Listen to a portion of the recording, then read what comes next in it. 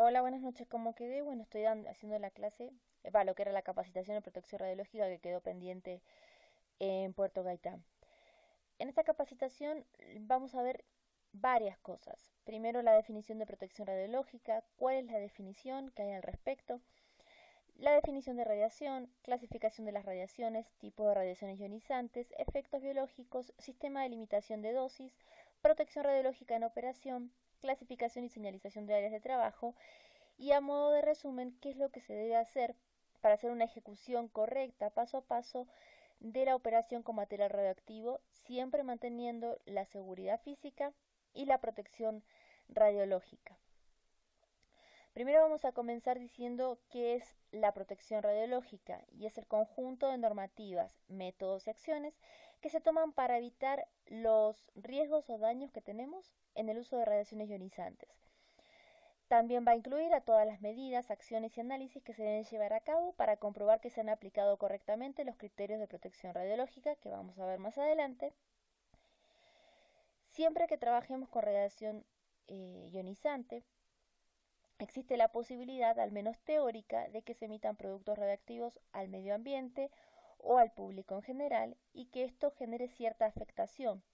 Por ello, la protección radiológica se ocupa también de establecer ciertos límites de emisión de radiación y límites operacionales. En Colombia, la resolución que tiene que ver con la protección radiológica y la seguridad física de las fuentes es la resolución 18.1434 del Ministerio de Minas y Energía. Esta resolución lo que busca es la protección del público, del trabajador ocupacionalmente expuesto y del medio ambiente contra la exposición a las radiaciones ionizantes, así como la seguridad de las fuentes de radiación, incluyendo los medios para alcanzarlas, prevenir accidentes y atenuar las consecuencias de este si ocurriesen. Tanto los medios para alcanzar la protección radiológica y la seguridad física como prevenir los accidentes y atenuar las consecuencias es lo que está establecido en el proceso que se denomina evaluación de seguridad. Esta evaluación de seguridad está estipulada tanto en la resolución 18.1434, que como dijimos es de protección y seguridad radiológica, la resolución 90.874, que tiene que ver con el licenciamiento y autorización para el empleo de fuentes radiactivas, y en la resolución 18.1682 de transporte de material radioactivo. Las tres resoluciones son del Ministerio de Minas y Energía porque estamos hablando de material radioactivo, ¿sí? Si habláramos de radiación X, tendríamos que hablar de las resoluciones del Ministerio de Salud. Pero como dijimos, la más importante en cuanto a protección radiológica y seguridad, donde está establecido cada una de las partes del proceso en el manejo de material radioactivo, es la resolución 18.1434. ¿Qué va a incluir la evaluación de seguridad? Va a incluir la seguridad física de las fuentes, que son todas las medidas destinadas a la prevención y detección de robo, sabotaje, acceso no autorizado, transferencia ilegal o cualquier otro acto delictivo relacionado con el material radioactivo o sus instalaciones y las respuestas a tales que vamos a tener ante esos actos delictivos. Y también incluye lo que se llama la seguridad radiológica, que son las medidas destinadas a minimizar la probabilidad de accidentes ocasionados por fuentes radiactivas y en el caso de ocurrir el accidente, tratar de mitigar las consecuencias. ¿Qué vamos a evaluar? Vamos a evaluar todo el proceso en el que está involucrado el material radioactivo y que nos pueda llevar a algún tipo de incidente o accidente, ¿sí? En él evaluamos adquisición de la fuente, almacenamiento en búnker, almacenamiento temporal, transporte de material radioactivo, el pretrabajo, que es todo aquello, ya sea la elección de la zona eh, controlada, que va a ser nuestra zona de trabajo, cómo vamos a acotarla, las conexiones del equipo, o sea, todo lo que nosotros preparamos antes de empezar la operación. Luego la operación y por último el mantenimiento del equipo. Este mantenimiento puede ser de tipo preventivo o correctivo en el caso de que encontremos algún tipo de anomalía. En cada uno de estos procesos, en cada una de estas partes del proceso, perdón, debemos tratar de evaluarlo y ver cuál puede ser un suceso iniciador de algún tipo de incidente o accidente con el material. Una vez que establecimos cuál puede ser un suceso iniciador, como por ejemplo puede ser la entrada no autorizada con el fin de robar el material radioactivo, a partir de ahí debemos proponer y establecer cuáles pueden ser los reductores de frecuencia, es decir, qué medidas tomamos para tratar de disminuir la posibilidad de que alguien pueda ingresar a robar material radioactivo. Una vez establecido esto, en el caso de que nosotros, por más que reduzcamos la frecuencia, pueda haber una posibilidad de que se dé este suceso iniciador, debemos establecer barreras, que generalmente son barreras físicas, para tratar de impedir, por ejemplo, el robo del material. Entonces, todo lo que uno pueda poner, paredes, cercas, alarmas, detectores de movimiento, alarmas sonoras, todo lo que uno haga que se retrase la llegada de esta persona no autorizada a tener contacto con el material, tratar de retrasarlo y disuadirlo de la situación. Y en el caso de que, bueno, que se produzca el robo de material, por ejemplo, como vemos acá, tenemos que ver cuáles son los reductores de consecuencia. Nosotros tenemos que tener, por ejemplo, en esta parte no está, pero tenemos que tener un manual de emergencia en donde tengamos estipulado qué va a pasar si hay robo de material radioactivo. Hoy en día se pide también que no solo tenga GPS el vehículo, sino que tenga GPS la fuente, entonces así podemos acotar más el área de búsqueda, dar una llamada pronta a la policía para que se establezca un perímetro. No sé, todo lo que uno pueda hacer para tratar de reducir la exposición a la radiación o la manipulación inadecuada del material radioactivo, ¿sí? Esto se lo pide hoy en día para poder obtener la licencia, ya sea de operación de cualquier tipo de fuente. Y según el tipo de fuente es cuánto más seguridad debemos tener, ¿sí? Por el daño que pueden ocasionar.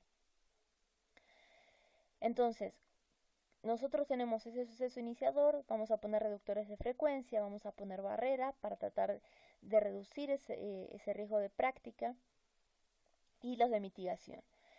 En base a lo que nosotros podamos poner, nos van a dar un riesgo, que puede ser bajo, puede ser medio, puede ser alto. Pero siempre tenemos que tratar de que este riesgo sea lo más bajo posible. ¿Por qué? Porque nosotros trabajamos con radiaciones, ¿sí? ¿Qué son las radiaciones? Las radiaciones son la emisión, propagación y transferencia de energía en cualquier medio o forma, ya sea en forma de radiación electromagnética o en forma de partículas. Estas radiaciones, según su longitud de onda, su frecuencia o su energía, se las agrupa en lo que se llama el espectro electromagnético, ¿sí? Las radiaciones electromagnéticas se las puede clasificar en dos grandes grupos, lo que se llaman radiaciones ionizantes, ¿sí? Y las radiaciones no ionizantes. La radiación no ionizante son aquellas que no tienen la suficiente energía como para romper los enlaces que unen los átomos del medio que atraviesan, como las ondas de radio, de TV, las microondas, ¿sí? Normalmente estas son las de mayor frecuencia, pero de menor energía. Las radiaciones no ionizantes son aquellas que tienen la mayor energía y por lo tanto la menor longitud de onda, porque son inversamente proporcionales, dentro de lo que se llama el espectro electromagnético. Tienen suficiente energía como para arrancar electrones de los átomos con los que interaccionan en lo que se llama ionización. Estas radiaciones pueden ser radiaciones X, radiaciones gamma, radiación cósmica, ¿sí? Nosotros sabemos que tenemos el átomo formado por un núcleo donde están los protones y los neutrones, y alrededor hay orbitales, ¿sí?, que están girando los electrones. Entonces, nosotros tenemos la radiación, que puede ser un fotón o una partícula como dijimos. Esta radiación va a interaccionar con los orbitales y va a producir el desprendimiento de un electrón. Como este electrón está unido a este orbital con determinada energía, también puede generar la formación de algún fotón. bueno, y esta energía del fotón principal, si es muy alta, va a romper este enlace, va a liberar el electrón y se va a generar otro fotón dispersado. Bueno, esto es como más complejo, pero si tienen dudas después me preguntan y se los puedo explicar. Em, Nosotros tenemos contacto continuo con la radiación ionizante. Se supone que de la radiación a la que vamos a estar expuestos en nuestra vida, un 80% de esa radiación va a ser de tipo natural y un 20% va a ser artificial, de los cuales el principal está dado por la exposición a radiación médica. Acá también incluyen la exposición a radiación industrial. Lo más importante en cuanto a la radiación natural es el gas radón que se encuentra en el ambiente. Luego tenemos la alimentación, esto va a dar dosis internas de radiación, y luego las externas que va a estar dada por el suelo y la radiación cósmica.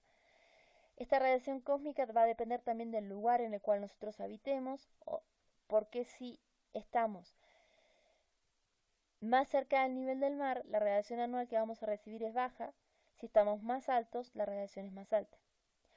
La de acá estaría más o menos parecida a la de Ciudad de México, digo la de acá, la de Bogotá. Los que están ustedes en el Llano van a tener una radiación más parecida a esta a nivel sobre el mar. Según la distancia que nosotros estemos, es la radiación que recibimos porque estamos más cerca, ¿sí?, de la radiación cósmica. Y si somos habitués de vuelo, vamos a recibir más cantidad de radiación. Por eso tanto a los tripulantes de cabina, azafatas y a los pilotos se los considera como personal ocupacionalmente expuesto.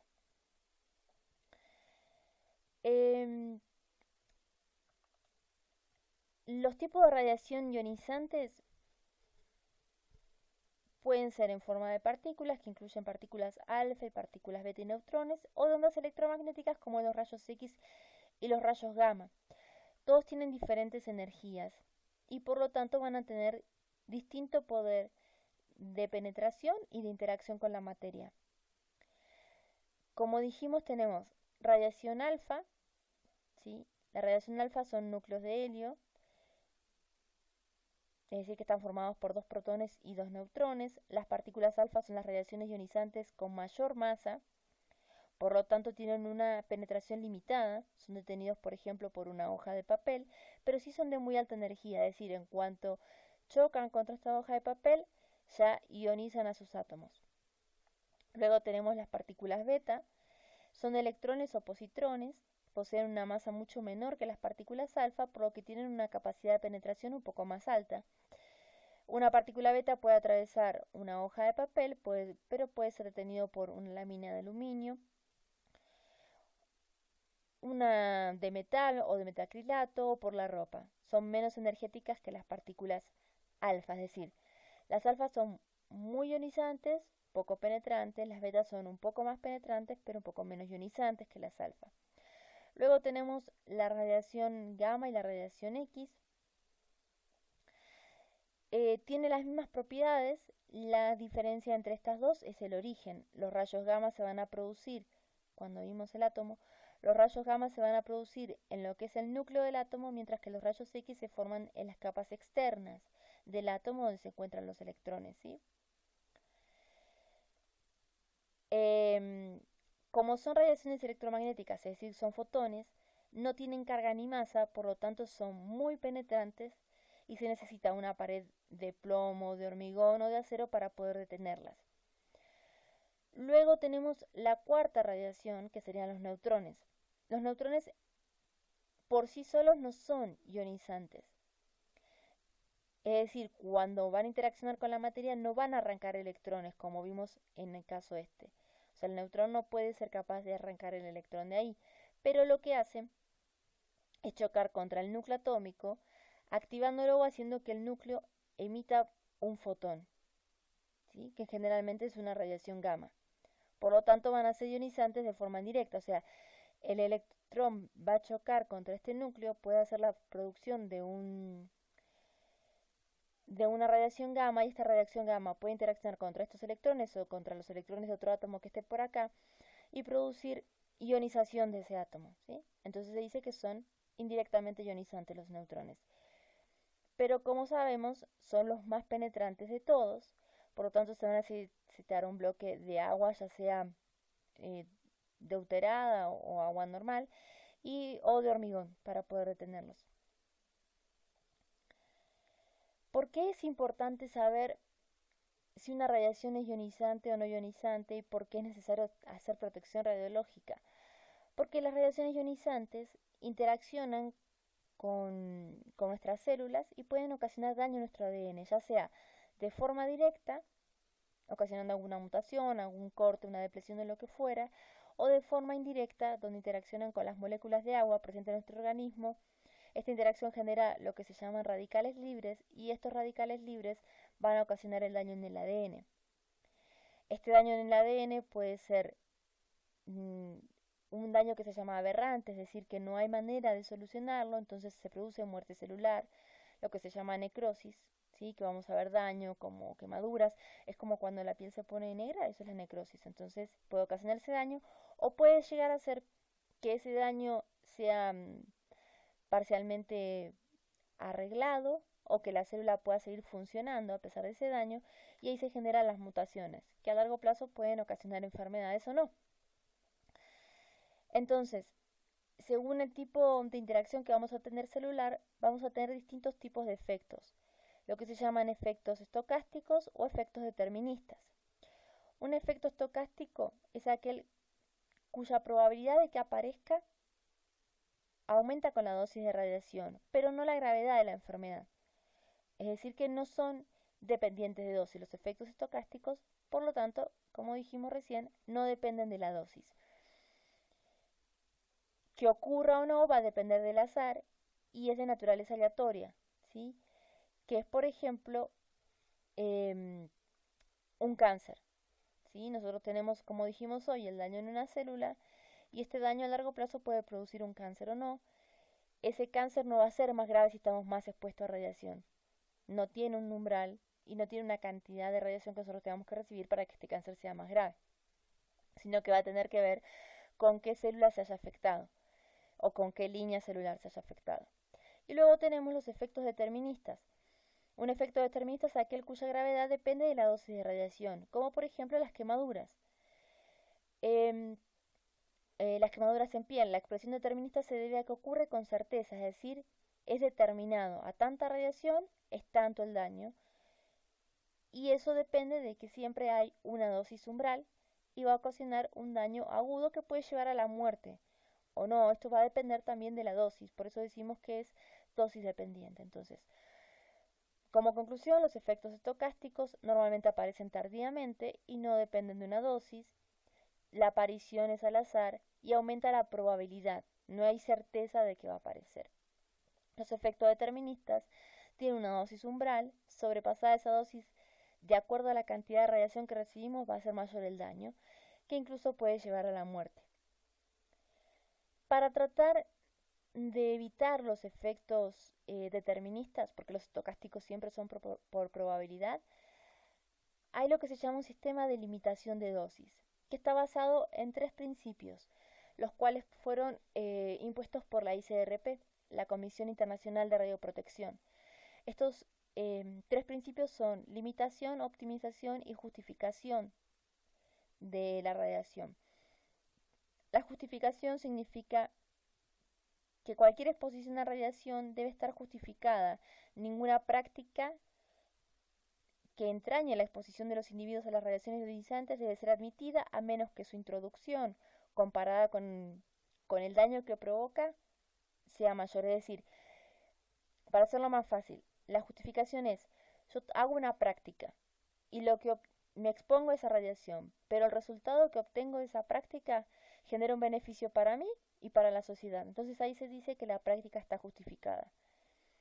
Por ejemplo, cuando ustedes hacen el control de una cañería que lleva gas, hacer esa exposición a la radiación, o sea, estar expuestos a esa radiación, genera que no haya explosiones y que no haya desperfectos. Entonces está justificado. O en el caso médico, uno se hace una tomografía.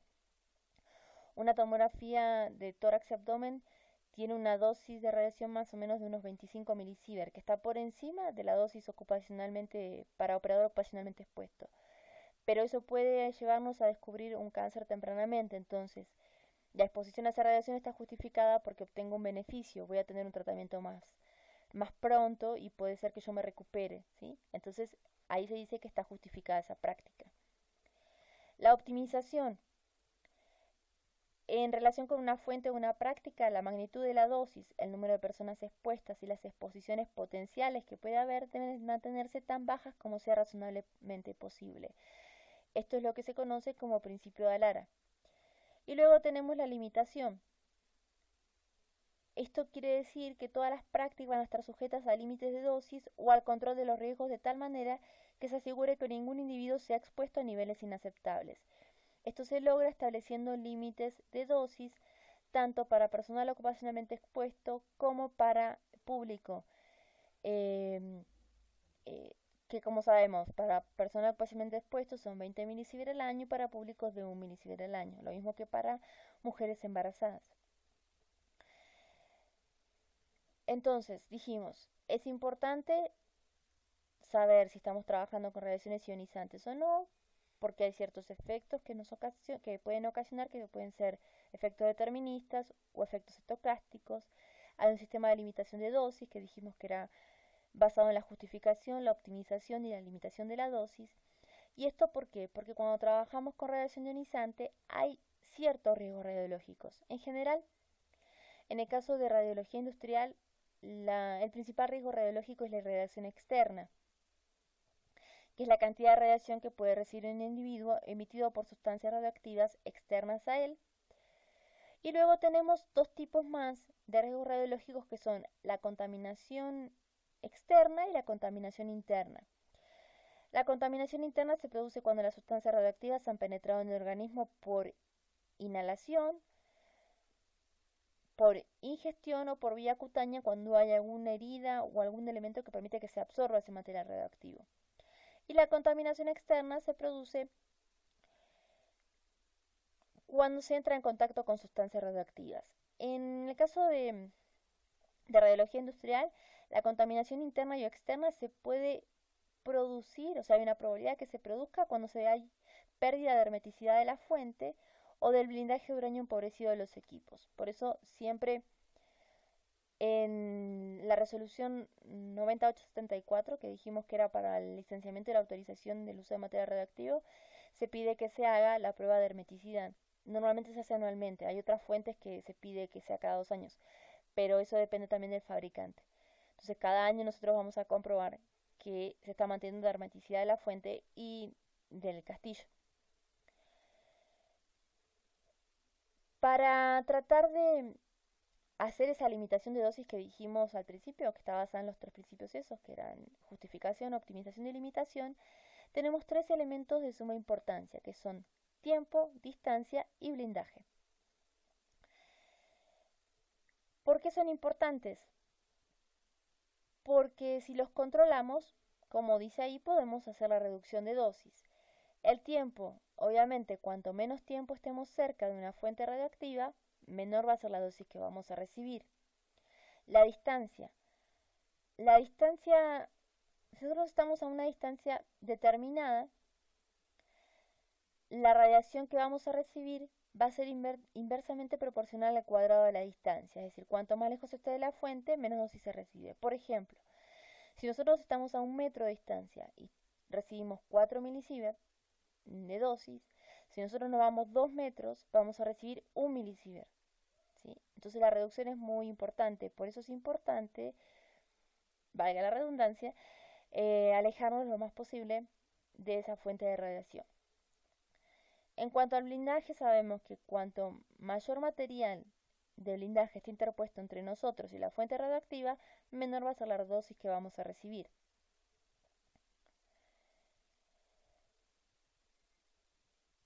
Entonces, habíamos dicho que tenemos límites operacionales. Estos límites operacionales fueron impuestos por la ICRP, la Comisión Internacional de Radioprotección. Todos los años se van haciendo evaluaciones, se van viendo. Al principio eran 50 milisievert, algunos países todavía lo mantienen, 50 milisievert al año, después se bajó a 20 milisievert al año. Y hay otras cosas que se van modificando de acuerdo a los estudios que se van haciendo y a los resultados que se van obteniendo. Sabemos que para un trabajador ocupacionalmente expuesto, igual, más allá de que está por la ICRP, esto también está estipulado en la resolución 181434 del Ministerio de Minas y Energía. La dosis efectiva no puede ser mayor a 100 milisievert en 5 años, entonces el promedio de los 5 años nos va a dar 20 milisievert al año oficial. También se establece que, más allá de que 20 es el límite, por algún evento, ya sea un accidente, algún incidente que tuvimos, podemos tener hasta un máximo de 50 milisievert en un año, siempre y cuando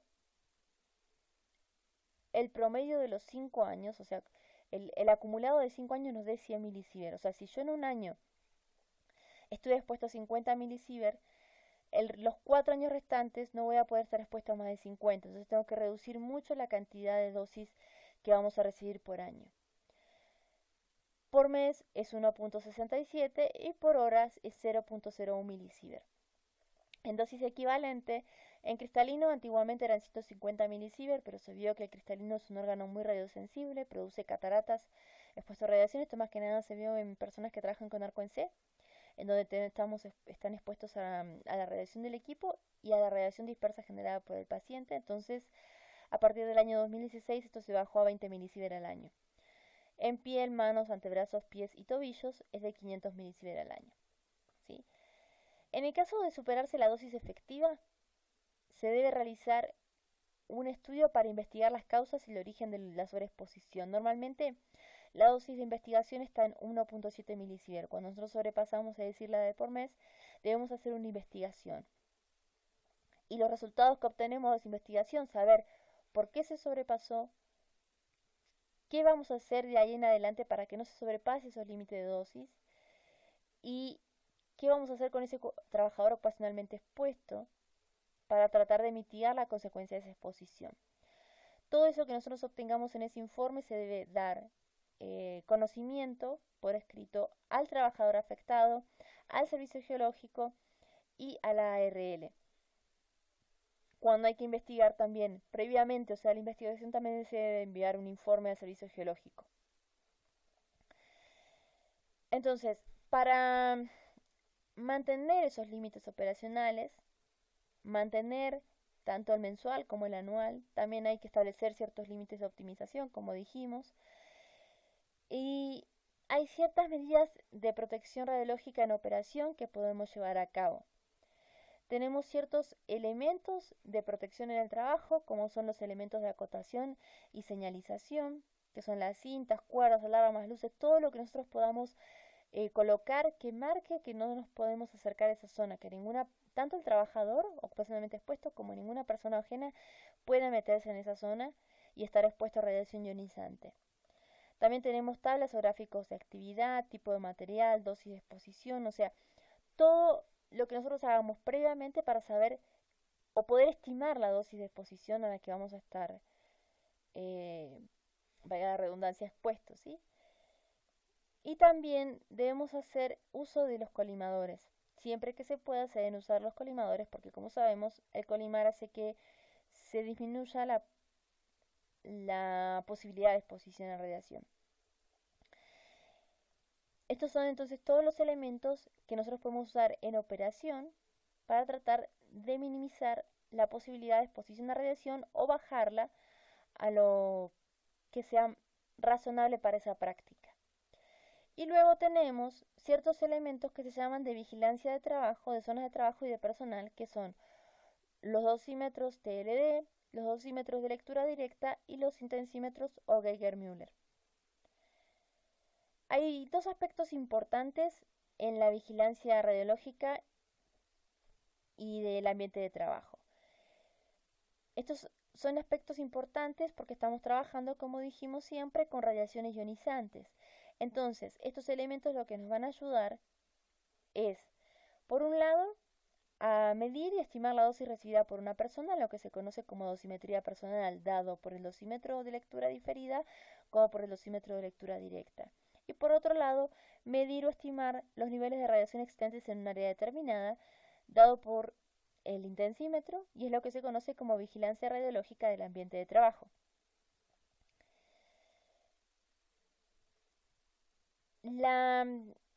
La vigilancia radiológica del ambiente de trabajo, de la zona de trabajo, es muy importante porque es preventiva, es decir, que anticipa la dosis que podemos recibir, mientras que la dosimetría personal mide la dosis que estamos recibiendo, ¿sí? Más allá de que obviamente para poder hacer la vigilancia alguien tiene que estar. Normalmente cuando se hace operación de tipo de radiología industrial, hay otras donde tenemos áreas de trabajo y tenemos eh,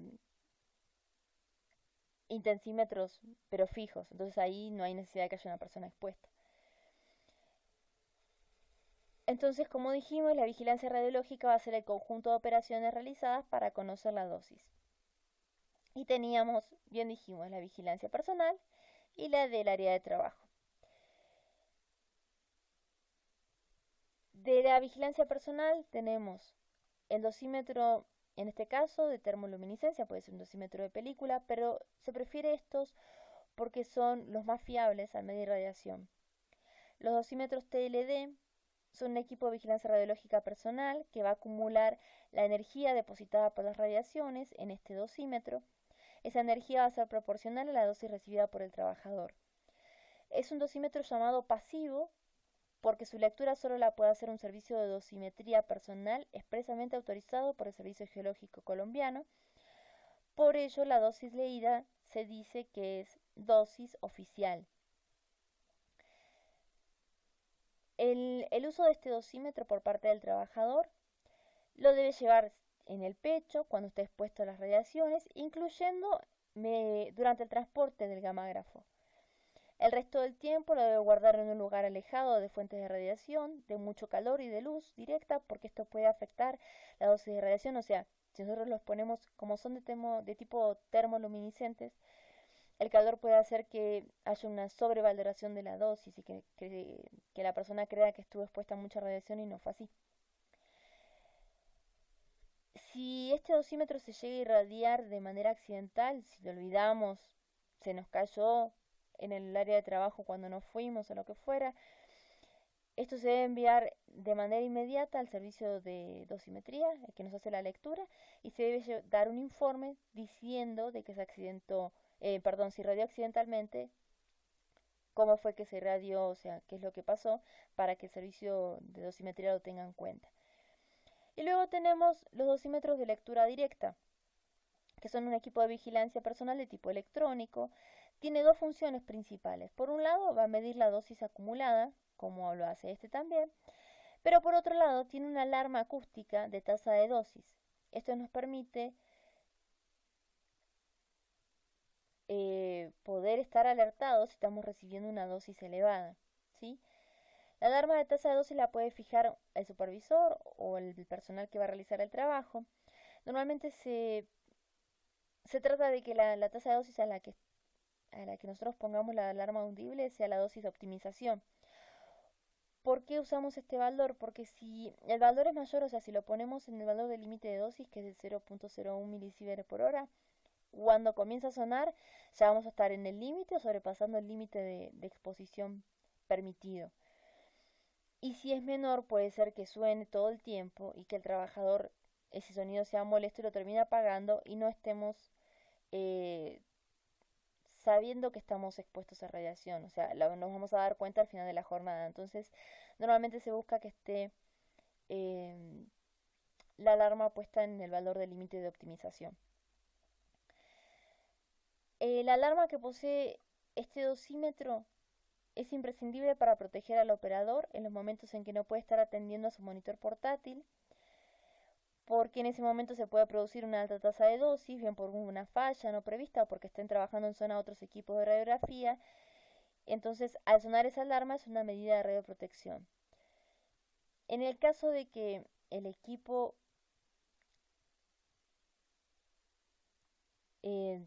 se averíe, se afecte, no pueda medirnos, uno no debería dejar de trabajar hasta que no podamos reemplazar este dosímetro de lectura directa.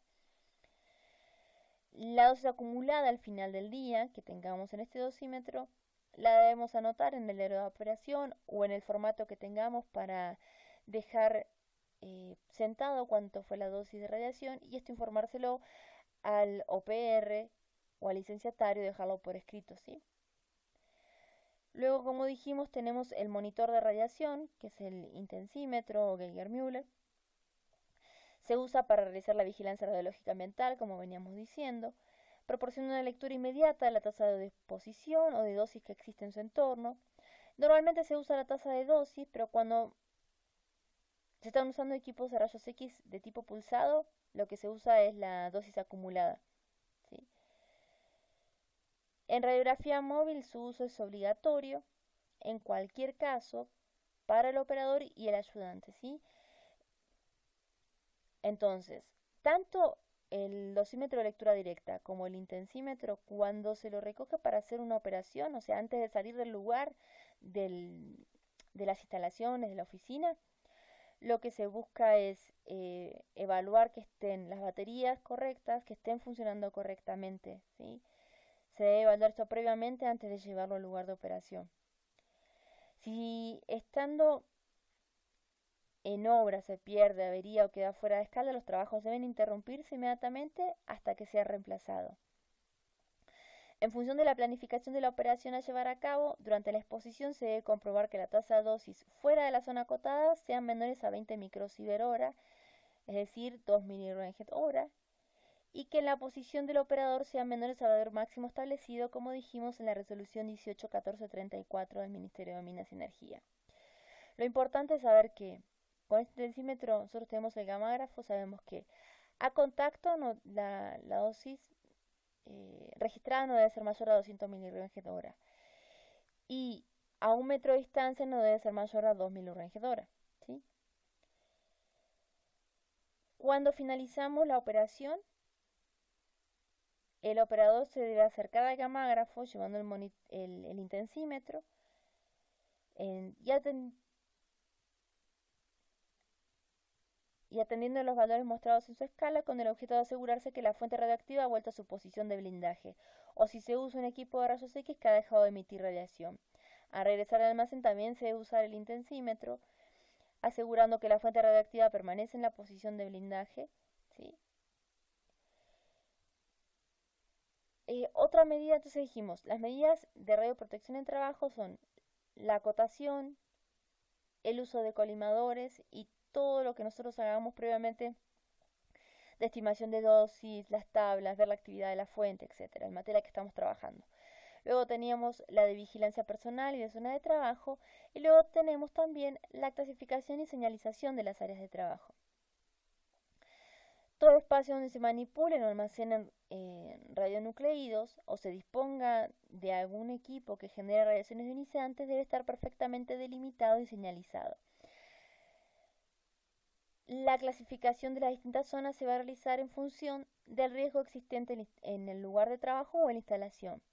Vamos a tener una zona de libre acceso, que va a ser aquella zona en que es muy improbable recibir dosis superiores a 1 milisievert al año, que son los límites de público.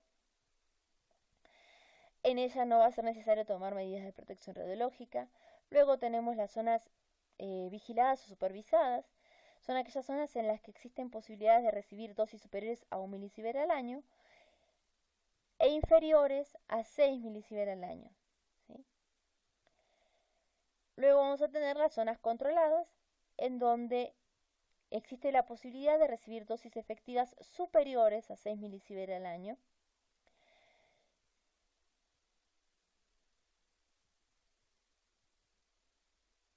Y como dijimos, como son zonas controladas, también son dosis de límites operacionales, que son 20 milisievert al año. Dentro de las zonas controladas hay una clasificación en 3 zonas más, que son de permanencia limitada, de permanencia reglamentada y de acceso prohibido. Esto también tiene que ver con el riesgo. Las zonas de permanencia limitada son aquellas en las que existe el riesgo de recibir una dosis superior a los límites de dosis. La de permanencia reglamentada son zonas en las que existe el riesgo de recibir en cortos periodos límites superiores a los límites de dosis y que requieren prescripciones especiales desde el punto de vista de optimización. Y zonas de acceso prohibido, que son aquellas en las que existe el riesgo de recibir en una única dosis superiores a los límites operacionales. Si en cualquiera de las zonas que dijimos el único riesgo radiológico, ¿se acuerdan que habíamos dicho que los riesgos radiológicos son tres? Irradiación externa, contaminación interna y contaminación externa. Entonces, si la única posibilidad es la irradiación externa, entonces el símbolo de radiación, que es el trébol, va a estar bordeado de puntas radiales, ¿sí? Y esto significa que es un riesgo de irradiación. Esto para el tema de símbolos para la clasificación de zonas. Para mantener entonces, como dijimos, esa protección radiológica, debemos siempre tener en cuenta como si fuera una planificación de la ejecución a paso de los trabajos. Como dijimos, esto va a incluir la planificación de los trabajos, la preparación de los equipos, el transporte de los equipos, la llegada a la instalación de trabajo, adecuar la zona de trabajo, operación y la vuelta del recinto de almacenamiento.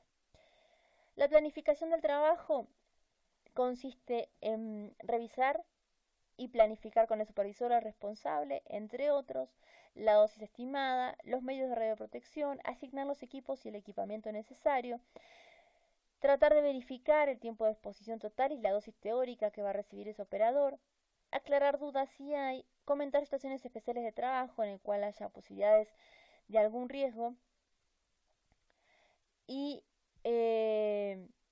al finalizar el trabajador deberá informar al supervisor el resultado de la dosis recibida, que como dijimos la vamos a tener por medio del dosímetro de lectura directa, porque el de lectura diferida nos va a dar la dosis acumulada al mes, no la recibida o acumulada durante ese día de trabajo.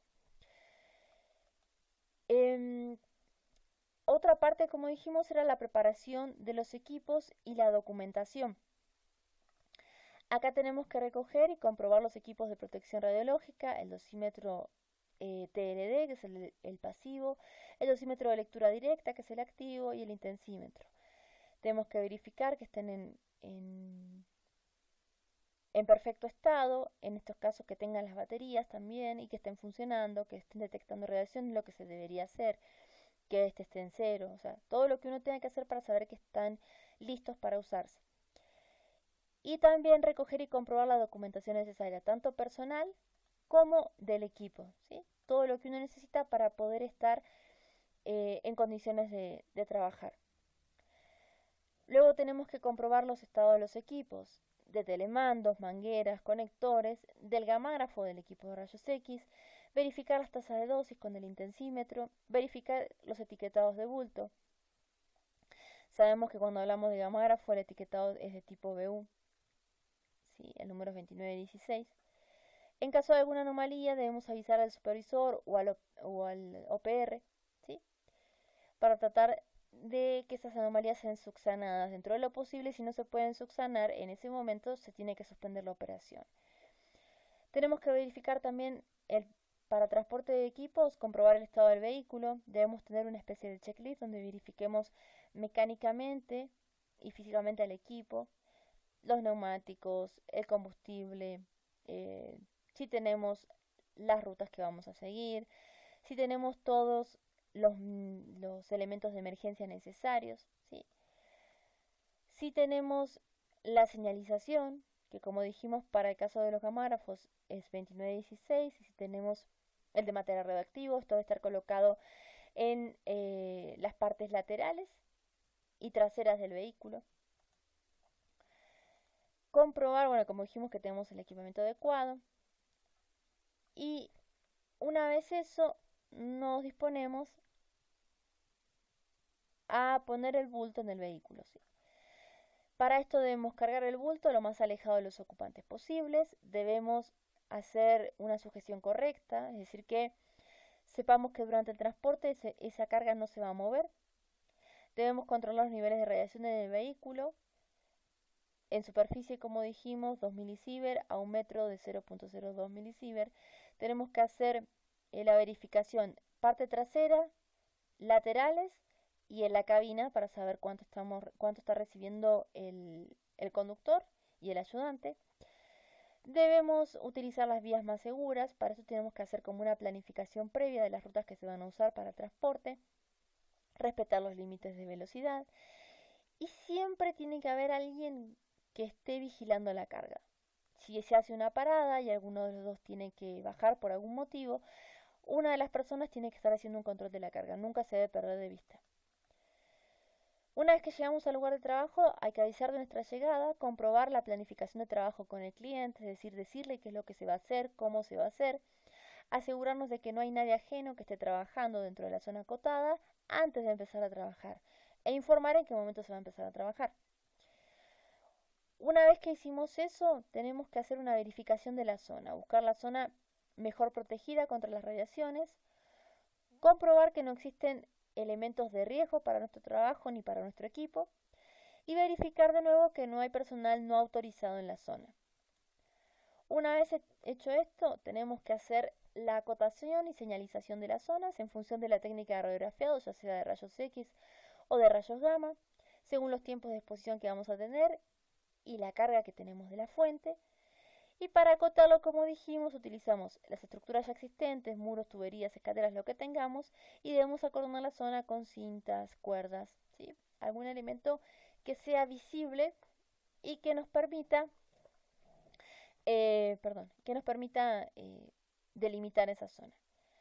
Durante la primera exposición se debe comprobar la tasa de dosis en la zona acotada. En la operación tenemos que verificar de nuevo que llevamos nuestro dosímetro de lectura diferida, nuestro dosímetro de lectura directa y nuestro intensímetro. Debemos colocar todos los elementos necesarios para realizar nuestro trabajo. Conectar el equipo, esto lo saben mejores ustedes que yo, ¿sí? Todo lo que uno debe hacer para saber que el equipo está correctamente conectado. Una vez hecho esto, tenemos que comprobar los niveles de radiación alrededor del gamágrafo. Ya dijimos que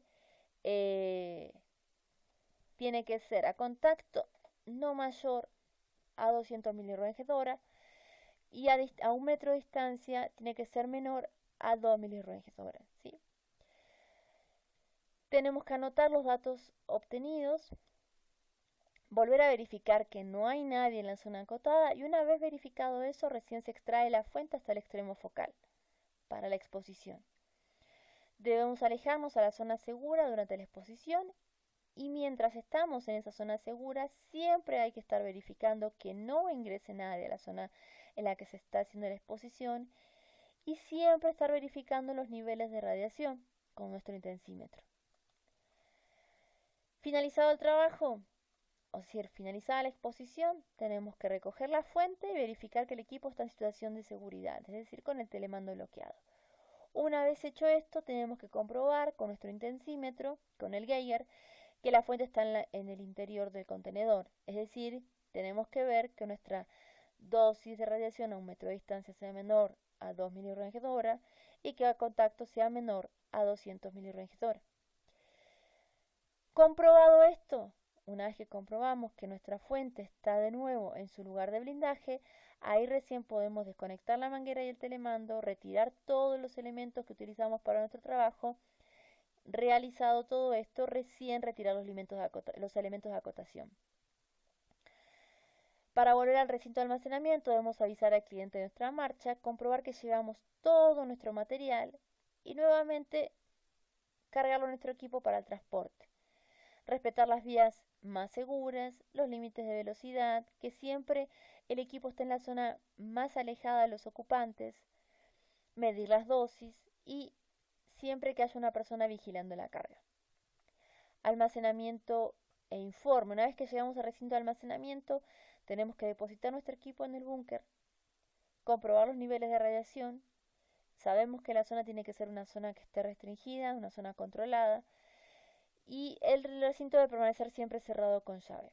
Guardar el resto de los elementos en su lugar y tenemos que reaccionar un diario de operaciones o un formato en el cual nosotros digamos que se entregó la fuente, en qué horario se entregó y también dejar asentado todo lo que devolvimos, ¿sí? Que se nos prestó para trabajar.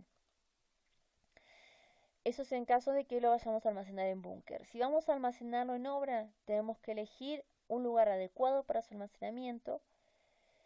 Debe estar previamente consensuado con el cliente y debe estar señalizado correctamente. La tasa de dosis en las zonas colindantes de ser inferior a 0,5 microsievert hora.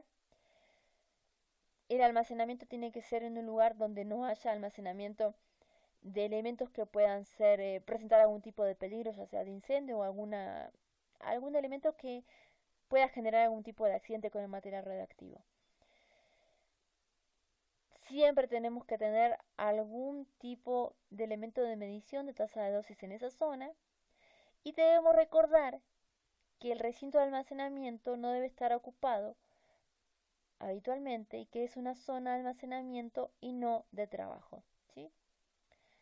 Bueno, creo que esto sería todo. Les voy a mandar unas preguntas para contestar. Si tienen dudas, si tienen preguntas, lo que sea, estoy a disposición. Por medio de mi mail me hacen llegar las preguntas o las dudas que tengan.